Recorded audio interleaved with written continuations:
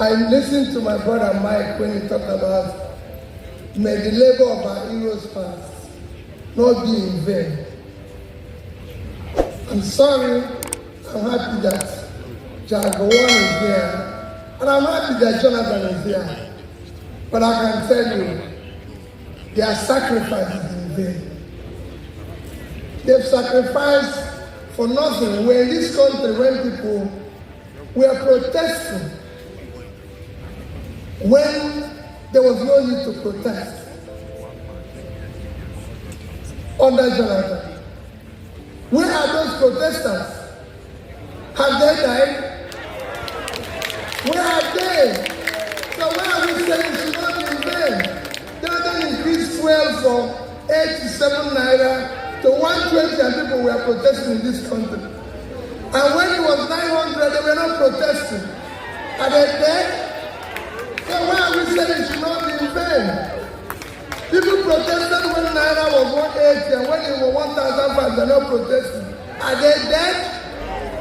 So we let's not say it should not be in vain. I spoke a few days ago and people said I'm demarketing Nigeria. When he stood to be the marketer, World Bank has just shown that 75% of Nigerians in rural areas are poor. Is World Bank demarketing Nigeria? UNICEF 2 days ago released that Nigeria now have over 2 million malnourished children, the second highest in the world. Are they demarketing Nigeria? Let's face the reality. Their labor is in vain. We have a country now that is not democratic. We are not a democratic country. Let's tell ourselves the truth. Is the election that happened in Edo, is it democratic? No. Just the last election in Edo.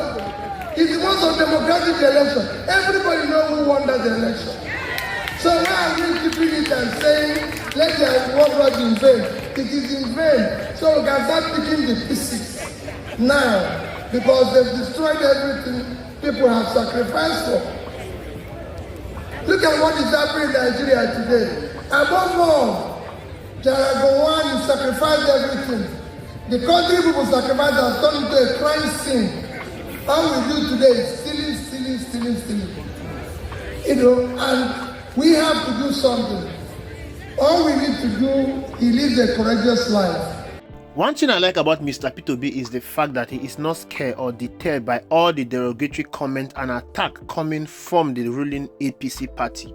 Mr. P2B has been consistent with whatever he is saying, and it is born out of patriotism, out of the love he has for Nigeria. You need to understand that Peter Obi is not a politician. He is just a concerned citizen of Nigeria who feels that he has the privilege, he has the position to make a difference in Nigeria. After being a governor in Anambra State for 8 years, Mr. P2B has discovered that governance, leadership is not a rocket science. Nigerians are the easiest people all over the world to pacify. They are the easiest people to please. Just give an ordinary Nigerian good road and they will sing your praise forever. That is the reason why you are seeing them praising governors for building road, whereas road are basic amenities. As a governor in Anambra State, Mr. P2B built road, he built infrastructure, but he did not only focus on those infrastructure. He focused on improving the quality of life of the people. He focused on HDI, not IGR. And he feels that he can translate that as president in Nigeria. What we are experiencing today in this country is not governance. We are just doing trial and error. Nigeria has so retrogressed, and people like Mr. P2B are needed in this country to keep speaking the truth to power, to keep exposing the rot in governance. And Mr. P2B is using this opportunity to do that anywhere he finds himself, both home and abroad. Nigeria has gone to the wolves. Nigeria is worse off than it were in 2011 when some persons went on the street to protest against the government of Goodluck Ebele Jonathan for the removal of fuel subsidy. At that point in time where they were protesting against the government of Goodluck Ebele Jonathan, Nigeria was rated a third growing economy in the world. Nigeria was a $500 billion economy. Our GDP per capita was above 4,000. Our debt profile was low. The number of out-of-school children was low. The number of unemployed youth was low. The number of poor people in this country was low compared to what we have now. But people went on the streets to protest against a progressive government, against a government with the biggest Africa economy, against a government with the third fastest growing economy in the world. But today, everyone that protested against Goodluck Ebele Jonathan are nowhere to be found. All their mouths have been sealed up. People like Wole Soyinka that led that protest are no longer leading protests. They are not even criticizing the government anymore. APC that rode into power with all manner of propaganda and fake promises are yet to deliver one single promises that will make the life of Nigerians better. They have made everything worse. Our debt profile has skyrocketed. The $500 billion economy that Nigeria used to have in 2011 has been reduced to $199 billion. Our GDP per capita has reduced drastically. Inflation is at all-time high. The Nigerian economy has tanked. Our robust National Assembly has now become an appendix to the executive arm of government.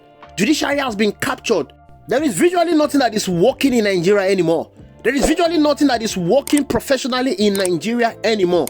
Everything is full of ineptitude and unprofessionalism. And yet people are quiet. Nobody is protesting. The federal government is trying to turn Nigeria into a one-party state. When you speak against the government, you'll be come after. You'll be attacked. You'll be dragged. You'll be called all manner of derogatory names. The same people that insulted, all manner of insult against the incumbent President Goodluck Ebele Jonathan. The same people that went on the street to protest against President Goodluck Ebele Jonathan, and they were not arrested. They were not intimidated. They were not abused. Are the same people that don't want protests to go on under their administration. We can't continue like this. That is why I love someone like Mr. Peter Obi, that is bold, that is fearless, that is speaking truth to power, that is speaking to the consciousness of Nigerians. Rise up. Your country is being taken over by rogue politicians. The level of mismanagement going on in Nigeria today will not be tolerated in another country. Nigerians have been reduced to nothing. Poverty is at all-time high.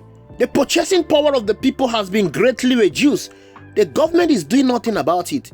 But rather than looking to tackle the situation on ground, the government is talking about 2027 presidential election.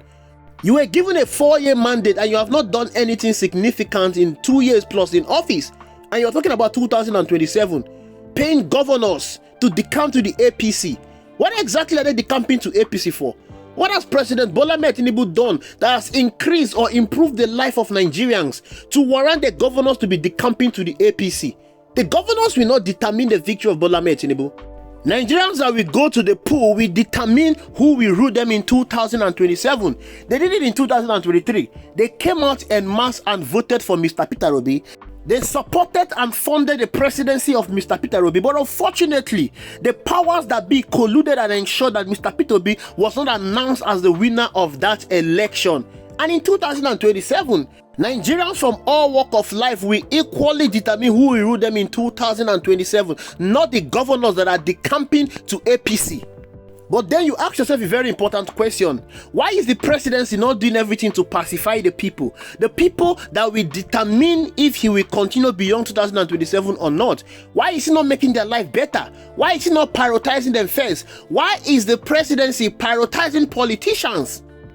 The only reason why he's not prioritizing the people is because he did not believe in a true, fair, credible, and transparent election. He did not believe in that in 2023, and he's not going to believe in that in 2027. He knows that his mandate is not a people-oriented mandate. He knows that he's not the popular choice of the people. He knows that the people did not vote for him, and they will not vote for him in 2027, even if he does magic for them. The same way he came into office in 2023 is the same way he wants to use to come into office in 2027. That is the reason why Nigerians must be watchful. We must not allow what happened in 2023 to happen again. We must stand behind the people that care about Nigeria. And that is Mr. Peter Obi. Mr. Peter Obi has shown that among all the whole presidential candidates, he is the only one with true love for the people. He is the only people-centric leader. All the whole presidential candidates that contested the last election, they've all gone to rest. Mr. Peter Obi is the only one that is touring the whole country, trying to find out what exactly is going wrong with Nigerians, trying to find out the plight and pains of Nigerians. In every place where there are issues, he will go there to commiserate with them. He will go there to assuage the pains of the people. Mr. Peter Obi is the only presidential candidate that is going around Nigeria donating his hard-earned money to the people.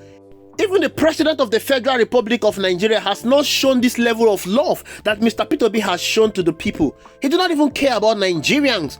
There are IDP camps in Abuja. The president has never visited one of the IDP camps in Abuja, not to talk of the IDP camps that are scattered all over the country. Tell me how he's going to resettle these people back in their home if he is yet to visit any of them in order to verify and assess what is going on there. As Nigerians, we must learn to hold grudges against these politicians that do not care about our feelings. As Nigerians, we must learn to hold grudges against these politicians and political parties that have failed to deliver good governance to the people. We must identify with politicians that are showing concerns to the plight of Nigerians. We need people-oriented leaders to man the affairs of our country. We need people-oriented leaders that will manage our resources. People that have created wealth from the scratch. When you don't know how to create wealth, how will you know how to manage wealth? Only then are we going to have a true, prosperous, progressive country. Thank you for watching. I will see you in the next video.